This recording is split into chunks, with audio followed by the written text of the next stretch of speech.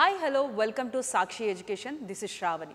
ఇప్పుడు జరుగుతున్నటువంటి ఇష్యూస్లలో మోస్ట్లీగా మనం చూసేది ఏంటి అంటే గ్రూప్ 1 ఎగ్జామ్ ఇష్యూ. సో అసలు ఈ గ్రూప్ 1 ఎగ్జామ్స్ అంటే ఏంటి, ఇప్పుడు ఈ ఇష్యూస్ ఎందుకు జరుగుతున్నాయి, అందులో భాగంగా ఇప్పుడు ఏపీపీఎస్సీ టీజీపీఎస్సీ అంటే ఏంటి, ఈ ఏపీపీఎస్సీ టీజీపీఎస్సీలలో ఈ గ్రూప్స్ అనేవి ఎన్ని గ్రూప్స్ ఉంటాయి, ఏ గ్రూప్ కిందికి ఏ సెక్టార్స్ వస్తాయి, ఇవన్నిటి గురించి కూడా మనం ప్రస్తుతం మనతో పాటు analog IAS academy director Srikanth గారు ఉన్నారు. సో వారిని అడిగి తెలుసుకుందాం. నమస్తే సార్. నమస్కారం అండి. సో సార్, ఇప్పుడు న్యూస్లో ఎక్కడ చూసినా కూడా స్టూడెంట్స్ పరిస్థితి కొంచెం గందరగోళంగా కనిపిస్తుంది. ఎందుకు అనంటే ముఖ్యంగా ఈ గ్రూప్ 1 ఇష్యూ అదైతే జరుగుతుంది. అసలు ఈ ఇష్యూకి సంబంధించినటువంటి అంటే ఈ ఇష్యూ ఏంటి, అసలు దీనివల్ల స్టూడెంట్స్ ఎలాంటి కష్టాలను ఎదుర్కోబోతున్నారు?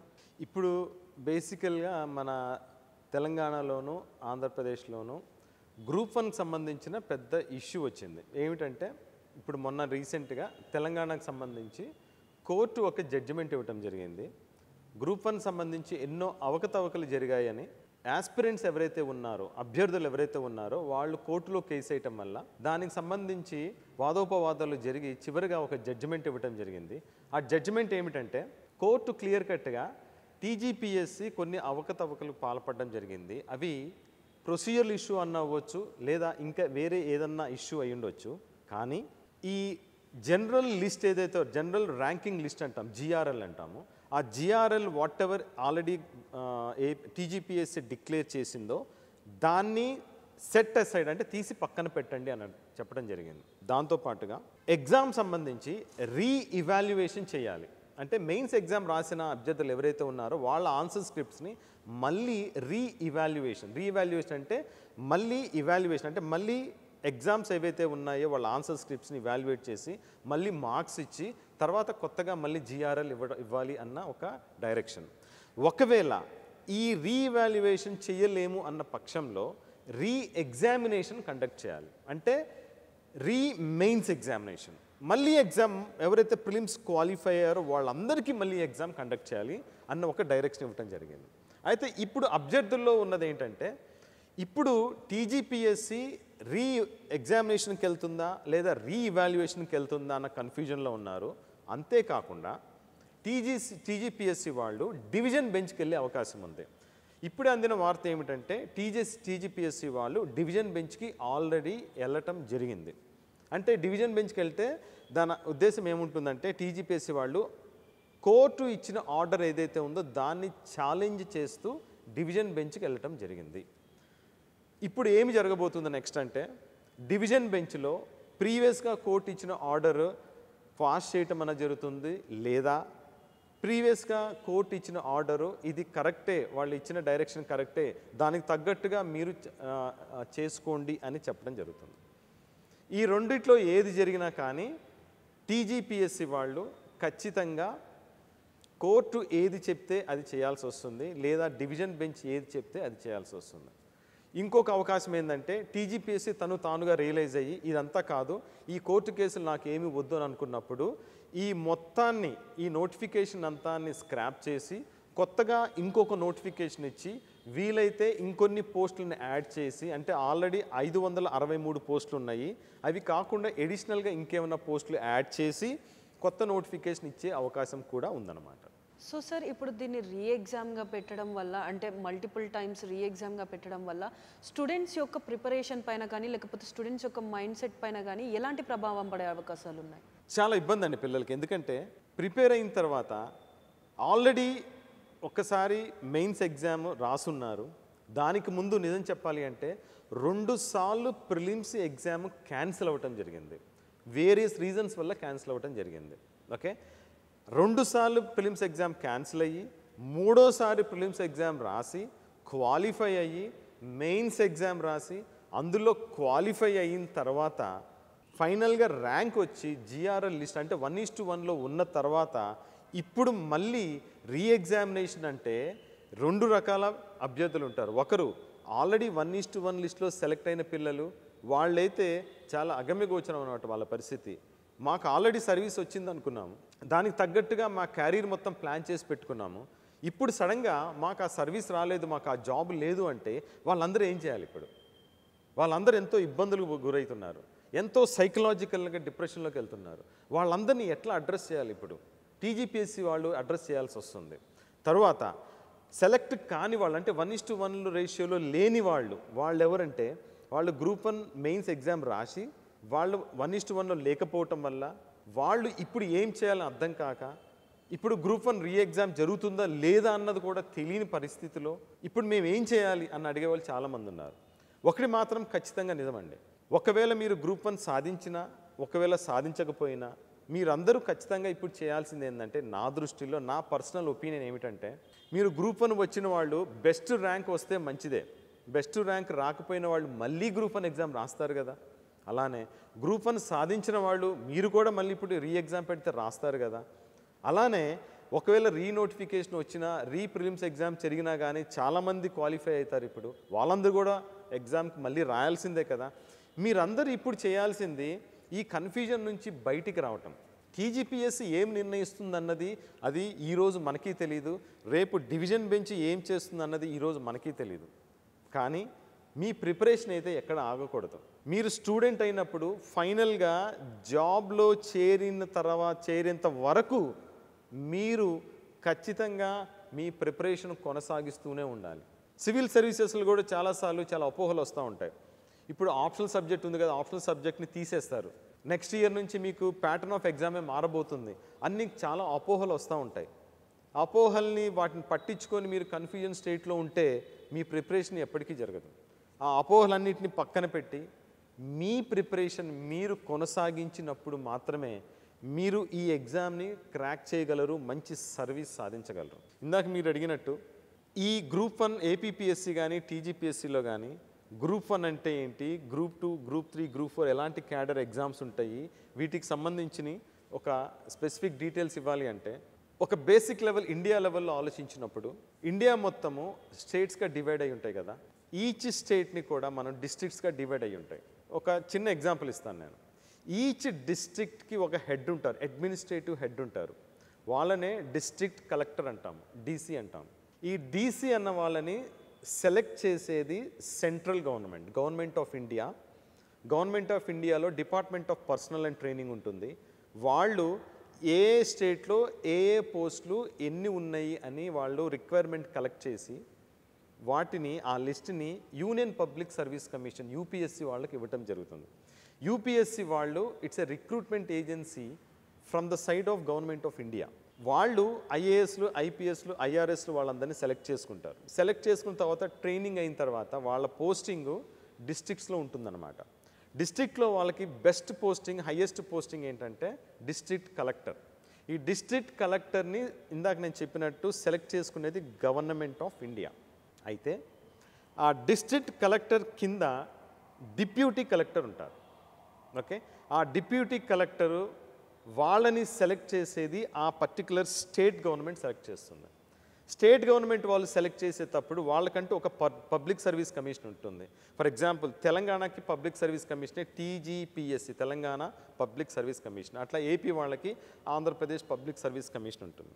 వాళ్ళు ఈ కింద ఉన్న పోస్టులు అంటే గ్రూప్ 1 డిప్యూటీ కలెక్టర్ లాంటివి, కమర్షియల్ ట్యాక్స్ ఆఫీసర్ లాంటివి, ఇలాంటి పోస్టులు సెలెక్ట్ చేసుకుంటారు. దాని కింద గ్రూప్ 2, గ్రూప్ 3, గ్రూప్ 4 అని ఉంటాయి. ఇవన్నీ టీజీపీఎస్సీ వాళ్ళు తెలంగాణలో, ఏపీపీఎస్సీ వాళ్ళు ఆంధ్రప్రదేశ్లో సెలెక్ట్ చేసుకుంటారనమాట. ఓకే, వీటికి సంబంధించిన ఆ స్టేట్ గవర్నమెంటు వాళ్ళకున్న పబ్లిక్ సర్వీస్ కమిషను సెపరేట్గా నోటిఫికేషన్ జారీ చేసి దానికి సంబంధించిన పోస్టులు ఏవైతే ఐడెంటిఫై చేసిన వాటి నోటిఫికేషన్లో పొందుపరుస్తారు. దానికి సంబంధించిన రిక్రూట్మెంట్ చేసుకొని సెలెక్ట్ చేసుకున్న క్యాండిడేట్స్ని ఆ పర్టికులర్ గవర్నమెంట్కి ఇస్తారన్నమాట. వాళ్ళని డిఫరెంట్ ట్రైనింగ్ ఇచ్చిన తర్వాత డిఫరెంట్ పొజిషన్స్లో ప్లేస్ చేస్తారు. సో సార్, ఈ ఏపీపీఎస్సీ, టీజీపీఎస్సీ ఎగ్జామ్స్కి ఎలా ప్రిపేర్ అవ్వాలి, మనం పొజిషన్స్ని అచీవ్ చేయాలి అని అంటే, అదే విధంగా ఎలాంటి అంటే లైక్ కోచింగ్ టైమింగ్స్ కానీ ఇప్పుడు కంపేర్ టు యూపీఎస్సీ, సో దీనికి కూడా ఏదైనా ఫార్మాట్ ఉందా? ఫార్మాట్ ఒకవేళ ఉంటే మాకు ఎలా ఉంటుందో ఒకసారి ఎక్స్ప్లెయిన్. ఖచ్చితంగానండి. UPSC preparation, TGPSC preparation, APPSC especially group 1కి సంబంధించి టీజీపీఎస్సీ, ఏపీపీఎస్సీ గ్రూప్ 1 సంబంధించి preparation more or less similar ప్యాటర్న్లోనే నడుస్తుంది. ఒకప్పుడు యూపీఎస్సీ అంటే ఈ లెవెల్ ఆఫ్ స్టాండర్డ్ క్వశ్చన్స్ అడుగుతారు, టీజీపీఎస్సీ ఏపీపీఎస్ అంటే లోయర్ లెవెల్ స్టాండర్డ్లో క్వశ్చన్స్ అడుగుతారని ఒక భావన ఉండేదన్నమాట ఒకప్పుడు. అది కూడా వాస్తవమే. ఎందుకంటే నేను రాసినప్పుడు కూడా యూపీఎస్సీ ఈ level of standard of questions ఉంటే ఏపీపీఎస్సీ అప్పట్లో కంబైన్డ్ ఏపీ ఉండటం వల్ల అప్పుడు అడిగిన క్వశ్చన్స్ ఈ లోయర్ స్టాండర్డ్లో ఉండేవి. అయితే ఇప్పుడున్న ప్రస్తుత పరిస్థితిలో టీజీపీఎస్సీ కానీ ఏపీపీఎస్సీ కానీ ఈ రెండు చోట్ల గ్రూప్ 1కి సంబంధించిన అడిగే ప్రశ్న విధానం అన్నది యూపీఎస్సీ లెవెల్ ఆఫ్ స్టాండర్డ్ ఇంక నిజంగా చెప్పాలంటే దానికన్నా హై స్టాండర్డ్లోనే క్వశ్చన్స్ అడగటం జరుగుతుంది. కాబట్టి మీ ప్రిపరేషన్ కూడా ఆ లెవెల్లోనే ఉండాలి. రెండో విషయం, మీరు ఒకసారి టీజీపీఎస్సీ కానీ ఏపీపీఎస్సీ సిలబస్ని యూపీఎస్సీ సిలబస్తో కంపేర్ చేసినప్పుడు 60 to 70% ఆఫ్ సిలబస్ ఏదైతే ఉందో అది యూపీఎస్సీతో మ్యాచ్ అవుతుందన్నమాట. అంటే యూపీఎస్సీ ఏం చేస్తుందంటే ఇండియా సెంట్రిక్గా మీకు సిలబస్ని సెట్ చేస్తుంది. ఏపీపీఎస్సీ టీజీపీఎస్సీ ఏంటంటే పర్టికులర్ స్టేట్కి సంబంధించి సెంట్రిక్, అంటే దానికి తగ్గట్టుగా, అంటే తెలంగాణ ఉందనుకోండి, తెలంగాణ ఇండియా సంబంధించిన సిలబస్ ఇస్తూ తెలంగాణకు సంబంధించిన సిలబస్ కూడా ఇవ్వటం జరుగుతుంది. అంటే తెలంగాణ హిస్టరీ కానీ, తెలంగాణ మూమెంట్ కానీ, అలానే తెలంగాణ ఎకానమీ కానీ, తెలంగాణ జాగ్రఫీ కానీ, తెలంగాణకు సంబంధించిన కల్చరల్ ఎలిమెంట్స్ కానీ, లేదా తెలంగాణ సంబంధించిన స్కీమ్స్ కానీ, ఇవన్నీ కూడా ఎడిషనల్గా ఉంటాయి. అవి సమ్ 30 to 40% సిలబస్లో ఉంటాయి. అలానే ఏపీకి వస్తే AP economy, AP history, AP geography, ఏపీకి సంబంధించిన స్కీమ్స్ ఇవన్నీ ఏపీపీఎస్సీ సిలబస్లో పొందుపరచడం జరిగింది. అంటే మీకు నియర్లీ 60 to 70% సిలబస్ యూపీఎస్సీ చదివినా కానీ కొంత ఎడిషనల్గా ఏపీ వాళ్ళు ఏపీ సిలబస్, తెలంగాణ వాళ్ళు తెలంగాణ సిలబస్ ఎడిషనల్గా చదవాల్సి వస్తుంది. అయితే దీనికి సంబంధించి ఏపీపీఎస్సీ వాళ్ళు టీజీపీఎస్సీ వాళ్ళు కేవలం ఏపీపీఎస్సీ చదువుతాను, కేవలం టీజీపీఎస్సీ చదువుతాను అంటే ఇందులో మీ ప్రిపరేషన్ కానీ కోచింగ్ కానీ మీకు గైడెన్స్ ఇచ్చేవాళ్ళు కానీ చాలామంది ఏంటంటే ఒకప్పుడు ఏపీపీఎస్సీ టీజీపీఎస్సీ స్టాండర్డ్ లో ఉంది కదా, అదే కోచింగ్కి అలవాటు పడి ఉన్నారు అందరు. టీచర్లు కూడా ఆ లెవెల్ ఆఫ్ స్టాండర్డ్ కోచింగే ఇస్తున్నారు. మీకు యూపీఎస్సీ లెవెల్ ఆఫ్ కోచింగ్ ఇచ్చినప్పుడు మాత్రమే ఏపీపీఎస్సీలో కానీ టీజీపీఎస్సీలో కానీ మీకు ఉపయోగపడుతుంది. అందుకనే మీ ప్రిపరేషన్ కూడా యూపీఎస్సీ లెవెల్లో ఉండాలి. యూపీఎస్సీ లెవెల్లో ప్రిపేర్ అవుతూ ఎడిషనల్గా మీరు ఏపీ రాస్తే ఏపీపీఎస్సీ సంబంధించి రాస్తే ఏపీ సిలబస్, టీజీపీఎస్సీ ఎగ్జామ్ రాస్తే టీజీ సిలబస్ తెలంగాణ సిలబస్ ఎడిషనల్గా చదువుకుంటే సరిపోతుంది. కాబట్టి మీ ప్రిపరేషన్ అన్నది ఒకప్పటిలాగా ఏపీపీఎస్సీ అనో టీజీపీఎస్సీ అనో స్టాండర్డ్లో చదవటం కాకుండా యూపీఎస్సీ లెవెల్ స్టాండర్డ్లో చదవాలి. అప్పుడు మాత్రమే మీరు ఈ ఎగ్జామ్ గ్రూప్ 1 ఎగ్జామ్లో సక్సెస్ సాధించే అవకాశం ఉంటుందన్నమాట. సో సార్, ఇప్పుడు ఈ టీజీపీఎస్సీ కానీ ఏపీపీఎస్సీలో కూడా మనకి ప్రిలిమ్స్ మెయిన్స్ అనేది ఉంటుంది. సో ఈ ఎగ్జామ్ ప్యాటర్న్లో మోస్ట్లీ మనకి ఎలాంటి సబ్జెక్ట్స్ ఉంటాయి? ఇక్కడ ఏంటంటే ఏపీపీఎస్సీ కానీ టీజీపీఎస్సీ కానీ రెండిట్లోనూ గ్రూప్ 1 ఎగ్జామినేషన్ ఎస్పెషల్లీ చూసుకుంటే మీకు ప్రిలిమ్స్ ఉంటుంది, తర్వాత మెయిన్స్ ఉంటుంది. ఏపీలో అయితే ఎడిషనల్గా ఇంటర్వ్యూ కూడా ఉంటుంది, థర్డ్ ఫేజ్ ఉంటుంది. అది తెలంగాణలో ఇంటర్వ్యూ ఫేజ్ అన్నది తీసేశారనమాట లాస్ట్ నోటిఫికేషన్లో. అయితే ఇప్పుడు ప్రిలిమ్స్ కానీ మెయిన్స్ కానీ ఆలోచిస్తే ప్రిలిమ్స్ అన్నది మల్టిపుల్ చాయిస్ క్వశ్చన్స్, అంటే ఐచ్ఛిక ప్రశ్నలు అంటాం. ఒక క్వశ్చన్కి ఏబిసిడి అని ఉంటే అందులో బెస్ట్ ఆన్సర్ని మీరు ఐడెంటిఫై చేయాలి. అది ప్రిలిమ్స్ ఎగ్జామ్ ఉంటుంది. మెయిన్స్లో డిస్క్రిప్టివ్ క్వశ్చన్స్ అంటే ఎస్సే టైప్ ఉంటాయి.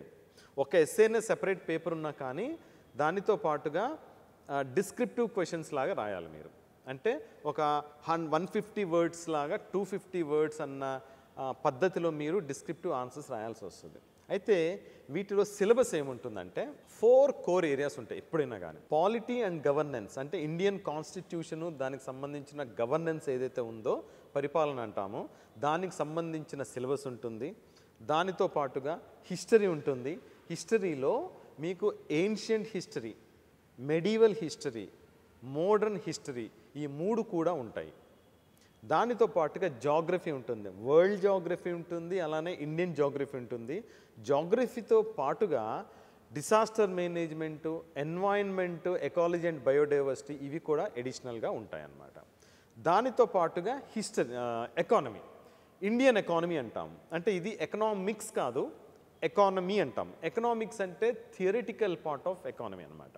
అంటే సప్లై అండ్ డిమాండ్ దాని మధ్య ఉండే డిస్కషను, అలాంటి థియరీ ఏదైతే ఉంటో అవన్నీ కాదు, అవన్నీ బేసిక్ కాన్సెప్ట్స్. కానీ ఆ application of economics in Indian context ఉంటుంది చూసారు, అదే ఇండియన్ ఎకానమీ. ఆ ఎకానమీ కూడా ఉంటుంది. వీటితో పాటుగా సమాజం, సోషల్ ఇష్యూస్, సొసైటీకి సంబంధించిన ప్రశ్నలు కూడా ఉంటాయి. దానితో పాటు ఇంటర్నేషనల్ రిలేషన్స్, అంటే India's interaction with the world, India as a unit interaction with the world, అంటే India interaction with United States, USA కానీ, లేతే రష్యా కానీ, లేకపోతే యుఎస్ విత్ యూకే కానీ, ఫ్రాన్స్ కానీ, ఇవన్నిటికి సంబంధించిన ప్రశ్నలు ఉండొచ్చు. దానితో పాటుగా మీకు మోస్ట్ ఇంపార్టెంట్లీ కరెంట్ అఫైర్స్ ఉంటాయి. కరెంట్ అఫైర్స్ అంటే ఇందాక చెప్పిన subject related topics, core topics అన్నిటికీ కరెంట్ అఫైర్స్ ఉంటాయి. పాలిటీ అండ్ గవర్నెన్స్లో కరెంట్ అఫైర్స్ ఉంటాయి. హిస్టరీలో ఆర్ట్ అండ్ కల్చర్ మీద కరెంట్ అఫైర్స్ ఉండొచ్చు, అంటే కొత్తగా ఏమైనా తవ్వకాలు జరిగినాయి అనుకో, దేనికి సంబంధించిన తవ్వకాలు జరిగినాయి అడగొచ్చు. తర్వాత జాగ్రఫీకి సంబంధించిన కరెంట్ అఫైర్స్ ఉండొచ్చు, ఎకానమీకి సంబంధించి కరెంట్ అఫైర్స్, సోషల్ ఇష్యూస్ సంబంధించి current affairs, internal relation already current affairs అవి. వీటన్నిటి మీద లేదా పర్సనాలిటీసు, అవార్డ్స్, ఫంక్షన్స్, వీటికి సంబంధించిన కరెంట్ అఫైర్స్ కూడా చాలా ఉంటాయి.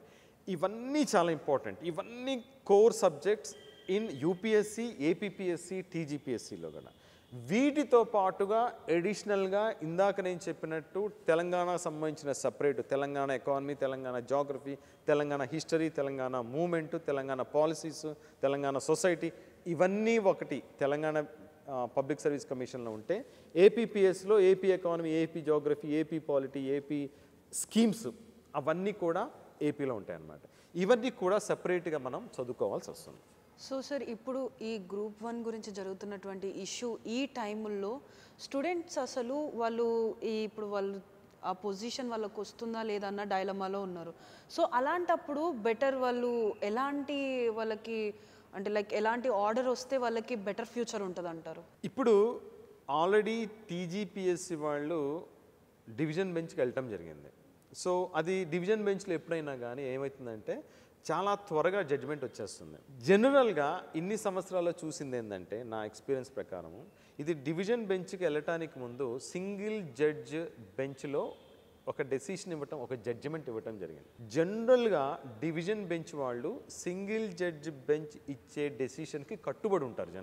జనరల్గా అలా ఉండాలి అన్న అక్కడ పాలసీ డెసిషన్ ఏం లేదు, ఆన్ పేపర్ ఎక్కడా లేదు.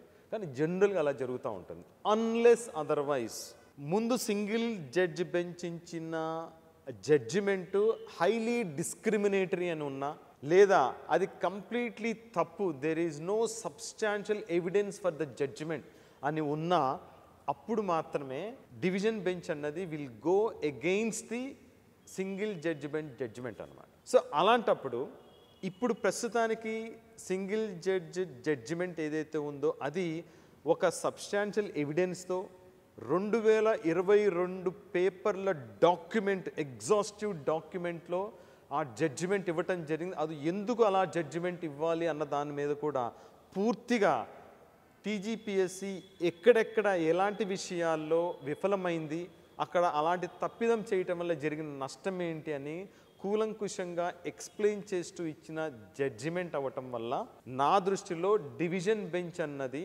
సింగిల్ జడ్జ్ ఇచ్చిన జడ్జిమెంట్కి ఎగెయిన్స్ట్గా వెళ్ళే అవకాశం నాకైతే తక్కువగా కనిపిస్తుంది. కానీ టీజీపీఎస్సి దగ్గర నిజంగా సబ్స్టాన్షియల్ ఎవిడెన్స్ ఉంటే, ఇప్పుడైనా కానీ ఆ ఎవిడెన్స్ని వాళ్ళు తప్పు కాదు, మేము అన్నీ కరెక్ట్గానే చేశాము అన్న ఎవిడెన్స్ ఉంటే, ఇప్పుడైనా కానీ డివిజన్ బెంచ్ ముందు ప్రస్తావిస్తే, ఆ ప్రూఫ్లన్నీ సబ్మిట్ చేస్తే, ఇప్పుడైనా కానీ డివిజన్ బెంచ్ కరెక్ట్గా డెసిషన్ తీసుకునే అవకాశం ఉంటుంది. అది ఎలాంటి డెసిషన్ అయినా కానీ ప్రూఫ్లన్నీ కరెక్ట్గా ఉన్నప్పుడు మనం దాన్ని తప్పు పట్టాల్సిన అవసరం లేదు. ప్రతి స్టూడెంట్, ప్రతి అభ్యర్థి కూడా ప్రూఫ్లన్నీ కరెక్ట్గా ఇచ్చినప్పుడు, తన తప్పేమి లేదని ప్రూవ్ చేసుకోగలిగినప్పుడు ప్రతి ఒక్కరూ యాక్సెప్ట్ చేస్తారు. ఎందుకంటే తప్పు లేదు అనుకున్నప్పుడు, ఎలాంటి తప్పిదం జరగలేదు అనుకున్నప్పుడు మనం యాక్సెప్ట్ చేయడంలో తప్పు లేదు కదా, అందుకని అభ్యర్థులందరూ యాక్సెప్ట్ చేస్తారు. అలానే ఏపీపీఎస్సి సంబంధించి కూడా ఒక జడ్జిమెంట్ ఈ వారంలో రానుంది. ఆ జడ్జిమెంట్ కూడా ఇది ఎప్పటిది నోటిఫికేషను 2018లో వచ్చిన నోటిఫికేషను 2025లో ఇప్పుడు సెప్టెంబర్లో మనం దాని గురించి ఆలోచిస్తున్నాము అంటే మధ్యలో ఎన్నిసార్లు ఆ నోటిఫికేషన్కి సంబంధించిన ఎగ్జామ్ జరగటము, క్యాన్సిల్ అవ్వటము, రీ ఎగ్జామ్ జరగటము, రీఇవాల్యుయేషన్ జరగటము, మల్టిపుల్ టైమ్స్ ఇవాల్యుయేషన్ జరగటము, ఇన్ని తప్పులు జరుగుతూ ఉంటే మరి అభ్యర్థి అన్న వాళ్ళు ఎంత డిసప్పాయింట్ అవుతారు. వాళ్ళు అసలు టీజీపీఎస్సీని కానీ ఏపీపీఎస్సీని కానీ నమ్మొచ్చునా, మాకు ఆ కాన్ఫిడెన్స్ లేదు ఇప్పుడు ఈ పబ్లిక్ సర్వీస్ కమిషన్ మీద అని వాళ్ళు ఎంతో బాధపడుతున్నారు, ఎంతో సైకలాజికల్ డిప్రెషన్ గురవుతున్నారు. సో వీళ్ళందరినీ దృష్టిలో పెట్టుకొని ఇప్పుడైనా కానీ ఏదర్ ఏపీపీఎస్సీ అన్నా కానీ టీజీపీఎస్సీ కానీ మీరు ఇచ్చేటప్పుడు నోటిఫికేషన్లో క్లియర్గా పొందుపరిచిన రూల్స్ అండ్ రెగ్యులేషన్స్ ఏవైతే ఉన్నాయో వాటిని సక్రమంగా పాటిస్తూ వాటిని వయలేట్ చేయకుండా మీరు ఒక పద్ధతి ప్రకారము అభ్యర్థులందరినీ దృష్టిలో పెట్టుకొని వాళ్ళందరి భవిష్యత్తుని దృష్టిలో పెట్టుకొని వాళ్ళు అన్ఎంప్లాయిడ్ యూత్ చాలామంది ఉన్నారు. వాళ్ళు కొంతమంది అయితే ఉద్యోగాలు మానేసి మరీ వచ్చి ప్రిపేర్ అవుతున్నారు, సంవత్సరాలు ప్రిపేర్ అవుతున్నారు, రిజల్ట్ కోసం వెయిట్ చేస్తున్నారు, మళ్ళీ లీగల్ డిస్ప్యూట్స్ అన్నీ చేయాల్సి వస్తుంది. ఇప్పుడు నిజంగా చెప్పాలి అంటే టీజీపీఎస్సీకి ఎగెన్స్ట్గా కానీ ఏపీపీఎస్సీ ఎగెన్స్ట్గా కానీ ఈ నిరుద్యోగులు ఒక కేసు వేయాలి అంటే కొన్ని లక్షలు ఖర్చు అవుతుంది. ఈ లక్షలు వాళ్ళ దగ్గర డబ్బులు ఎక్కడున్నాయి? ప్రతిసారి మీరు ఒక బెంచ్ నుంచి ఇంకో బెంచ్కి, హయ్యర్ బెంచ్కి, ఆ తర్వాత ఇంకో హయ్యర్ బెంచ్కి వెళ్తామంటే వీళ్ళ దగ్గర డబ్బులే లేవు. ఈ డబ్బులు సమకూర్చుకోవడానికి వాళ్ళకి ఎంతో కష్టమవుతుంది. కొంతమంది అప్పులు మరీ చేసి వీళ్ళు లాయర్లకి ఫీజులు ఇచ్చుకొని వాళ్ళు కేసులో ముందుకు తీసుకెళ్తున్నారు. ఇవన్నీ చాలా కష్టమైన విషయాలు, ఆలోచిస్తుంటే చాలా బాధాకరమైన విషయాలు. వీటన్నిటిని నా దృష్టిలో ఏపీపీఎస్సీ కానీ టీజీపీఎస్సీ కానీ ఇప్పుడైనా కానీ వీటికి సంబంధించి లీగల్ డిస్ప్యూట్స్ అన్నిటినీ క్లోజ్ చేసి సింగిల్ సొల్యూషన్ ఒకటి తీసుకొచ్చి అభ్యర్థులందరికీ అనుకూలంగా ఒక మంచి పద్ధతిలో మీరు ఏ డెసిషన్ తీసుకున్నా పర్వాలేదు, మీరు సక్రమంగా చేస్తాము అంటే ఎలాంటి డెసిషన్ కానీ అభ్యర్థులందరూ మిమ్మల్ని సపోర్ట్ చేయడానికి రెడీగా ఉన్నారు. మీరు ఒక మంచి డెసిషన్ తీసుకొని పిల్లల భవిష్యత్తును కాపాడదామన్న దృష్టిలో ఎగ్జామ్స్ కండక్ట్ చేసి త్వరగా కంప్లీట్ చేసి త్వరగా రిజల్ట్స్ ఇచ్చి త్వరగా పిల్లలందరికీ జాబ్స్ వాళ్ళ చేతుల్లో పెడితే వాళ్ళందరి జీవితం ఎంతో బాగుంటుంది, హాయిగా ఉంటుందని నా భావన. So thank you so much sir. Thank you so much. So చూస్తున్నాం కదా ఇప్పుడు తాజాగా ఉన్న పరిస్థితులలో గ్రూప్ 1 గురించి ఎంత సమస్యగా మారింది.